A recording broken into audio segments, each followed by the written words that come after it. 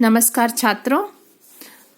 अब हम कक्षा 10वीं का सप्तमः पाठः सौहार्दं प्रकृतेः शोभा का तीसरा दृश्य पढ़ेंगे। अभी तक हमने पढ़ा कि कुछ पशु पक्षी वन में आपस में बात कर रहे हैं कि कौन वन का राजा बनने के योग्य है। तो हमने सबसे पहले देखा शेर और बंदर आपस में बात करते हैं। बंदर जो है शेर को परेशान करते हैं और कहते हैं कि तुम राजा के पद के योग्य नहीं हो। और उसके बाद जो है कौवा और कोयल आते हैं और अपना अपना बताते हैं कि उन दोनों में से कौन योग्य है। आपस में बात कर रहे होते हैं, तभी हाथी आता है और कहता है कि वही विशालकाय और बलशाली पराक्रमी है, तो वही सबसे योग्य है वन के राजा के पद के लिए।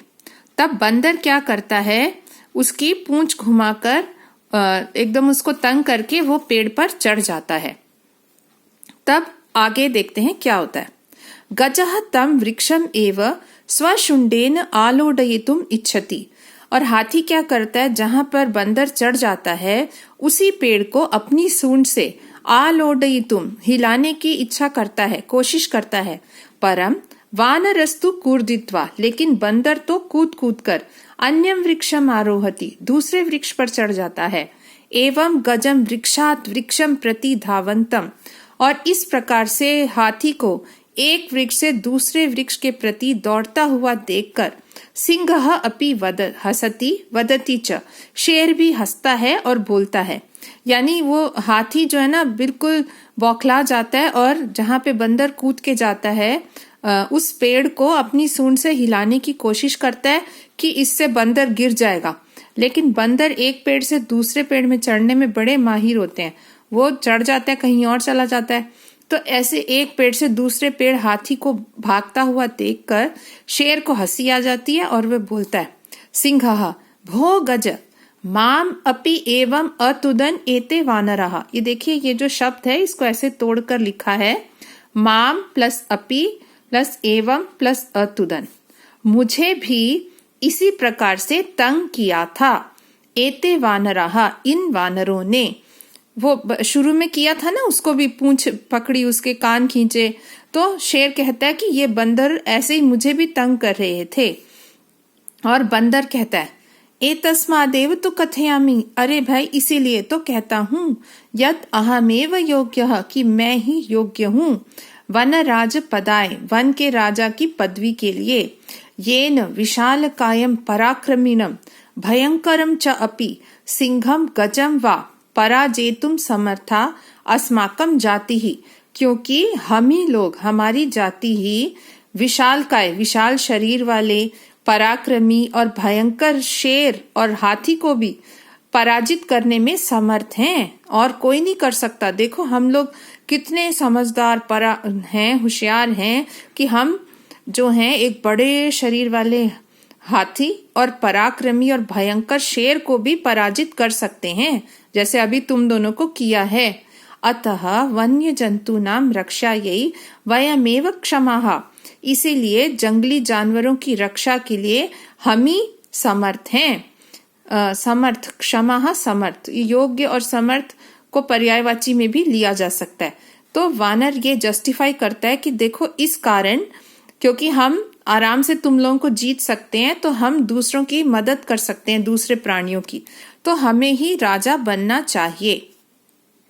एतत् सर्वं श्रुत्वा नदी मध्य स्थितः एकः बकः, ये सब सुनकर नदी के बीच में था एक स्थित था एक बगुला। एक बगुला नदी के बीच में खड़ा था।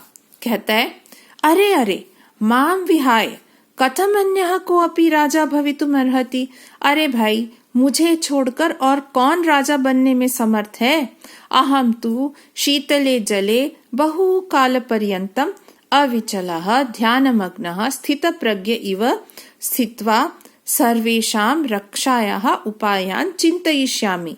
भाई मेरे अंदर ये कैपेबिलिटी है, शक्ति है कि मैं ठंडे पानी में बहुत समय तक अविचल, बिना हिले डुले, ध्यान मग्न होकर स्थित प्रज्ञ के तरह। ये स्थित प्रज्ञ जो शब्द है ना, ये गीता में मेंशन्ड है उन लोगों के लिए जो स्थिर बुद्धि वाले होते हैं।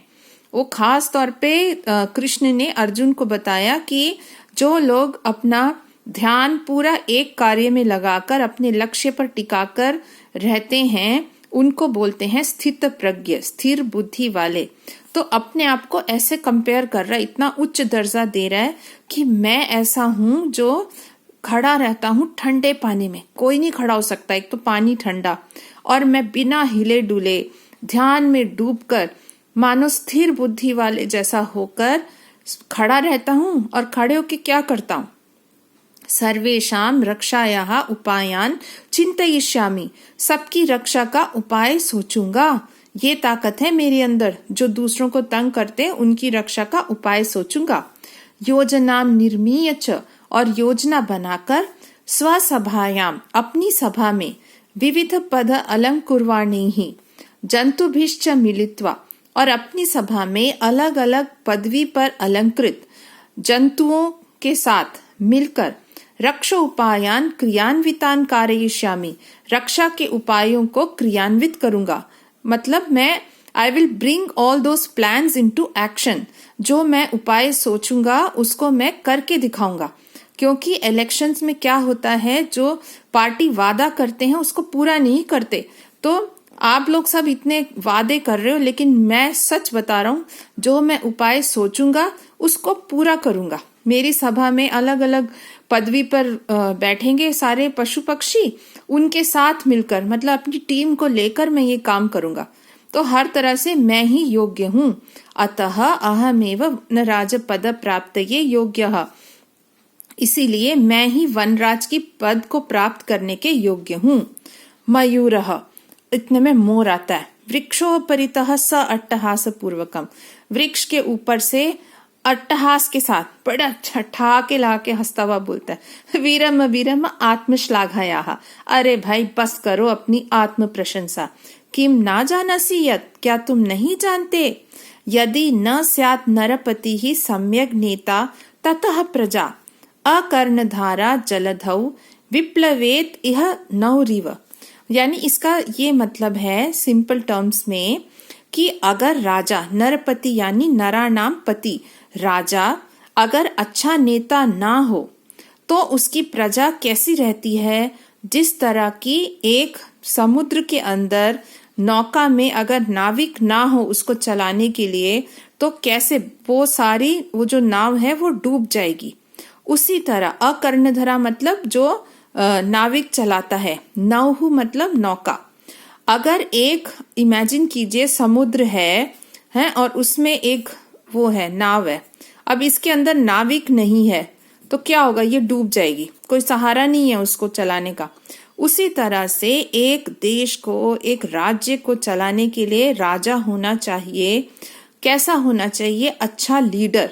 देखो, खाली एक पोजीशन मिल जाए वो काफी नहीं है, उसको लीडर होना चाहिए, द वन हु लीड्स, अपनी प्रजा को जो मार्गदर्शन कर सके। तो अगर ऐसा राजा नहीं होगा तो डूब जाएगी प्रजा भी। तो एग्जाम्पल इसका दिया गया नौका। को न जानाति तव ध्यान अवस्था, मोर कहता है बगुले को, भाई तुम्हारी ध्यान की अवस्था को कौन नहीं जानता। स्थित प्रज्ञ इव व्याजेन वराकान मीनान छलेन अधिग्रह्य क्रूरतया भक्षयसी। तुम तो स्थित प्रज्ञ का ये मतलब बहाने से, स्थित प्रज्ञ का बहाना बनाकर बेचारी मछलियों को छल कपट के द्वारा पकड़कर क्रूरता पूर्वक खाते हो। ये तो सबको पता है। बगुला बोलते हैं ना, आंख बंद करके खड़ा रहता है और चुपचाप मछलियों को उठाकर खा जाता है। ऐसी पंचतंत्र में कई कहानियां हैं। तो उसी का रेफरेंस दे रहा है मोर की, इस तरह से तुम खा जाते हो। क्या बड़ा बोलते हो अपने आप को स्थित प्रज्ञ। धिक त्वाम, तुम पर धिक्कार है। तव कारणात् तु सर्वम पक्षिकुलम एव अवमानितम जातम, तुम्हारे कारण तो सारा पक्षी का परिवार, पक्षियों का परिवार ही अपमानित हो गया है तुम्हारे कारण। तो बंदर बहुत गर्व से कहता है, अतएव कथयामि, भाई इसीलिए तो कह रहा हूँ, यत अहमेव योग्यः, कि मैं ही योग्य हूँ, वनराज पदाय, वनराज के पदवी के लिए। शीघ्रमेव मम राज्याभिषेकाय तत्परः भवन्तु सर्वे वन्य जीवाः, चलो चलो सब लोग मेरे राज्याभिषेक के लिए तैयार हो जाओ। मयूरः अरे वानर तूष्णीं भव, अरे बंदर चुप हो जाओ। कथम तम योग्यः वनराज पदाय, तुम कैसे योग्य हो वनराज की पदवी के लिए। पश्यतु पश्यतु, देखो देखो। मम शिरसि राजमुकुटमिव शिखाम स्थापयता, मेरे सिर पर राजमुकुट की तरह एक शिखा को स्थापित करते हुए। ये मोर के सिर पर ना ऐसी कलगी बनी होती है, ऐसे आपने कभी देखा हो किसी चित्र में या सच्ची में मोर को देखा होगा ना, तो ऐसी कलगी होती है। तो वो कह रहा है ये मुकुट के समान विधाता के द्वारा खुद भगवान ने, ब्रह्मा ने मेरे सिर पर स्थापित किया है मुकुट की तरह। एव अहम पक्षी राजा कृतः, और इस प्रकार उन्होंने मुझे ही पक्षियों का राजा बना दिया।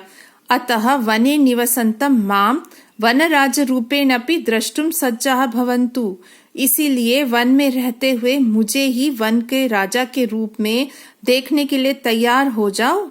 अधुना अब, यतः कथम को अपि अन्यः, क्योंकि कोई भी दूसरा विधातुः निर्णयम अन्यथा कर्तुम क्षमः, क्या कोई और विधाता की इस निर्णय को बदलने में समर्थ है।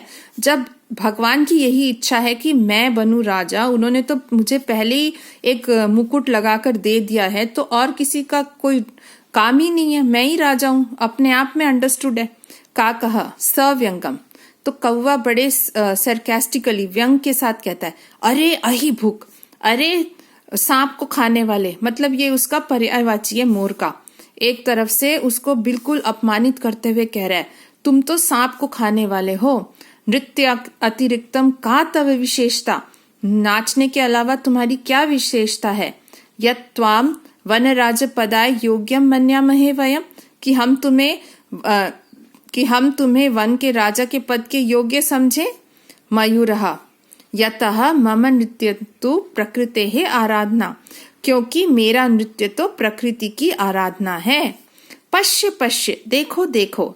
मम पिच्छानाम अपूर्वम सौंदर्यम, मेरे पूंछ के अपूर्व सौंदर्य, अनुपम सौंदर्य।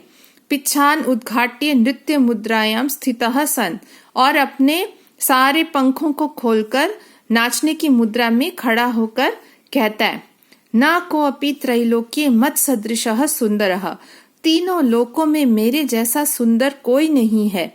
वन्य जंतूनाम उपरि आक्रमणम कर्तारम तु, और जो जंगली जानवरों के ऊपर आक्रमण करता है उसको मैं अहम स्व सौंदर्येन नृत्येन च आकर्षितम कृत्वा, अपने सौंदर्य के द्वारा और नृत्य के द्वारा आकर्षित करके वनात् बहिष्करिष्यामि, वन से बाहर कर दूंगा। अतः अहमेव योग्यः वनराज पदाय, इसीलिए मैं ही इस वन के राजा के पद के योग्य हूँ। मोर कहता है कि मैं जो नाच करता हूँ ना, सबसे अच्छा नृत्य है, प्रकृति का सौंदर्य है, उसकी आराधना है। और तुम मुझे ऐसे कह रहे हो, भाई देखो मैं क्या करूंगा, इस नृत्य के कारण ही जो तुम सब पशु पक्षियों पर आक्रमण करेगा उसको ऐसे आकर्षित करके वन से बाहर कर दूंगा, नाचते हुए उसको ले जाऊंगा और बाहर कर दूंगा जंगल से। तो इसीलिए मैं ही सर्वश्रेष्ठ हूँ। तो यहाँ तक अब हम ये स्टोरी हमने पढ़ी, और इसी के साथ आपको इसके ग्रामेटिकल नोट्स मिल जाएंगे इस सीन के। इसके बाद अगली वीडियो में नेक्स्ट सीन के साथ मिलते हैं। धन्यवाद।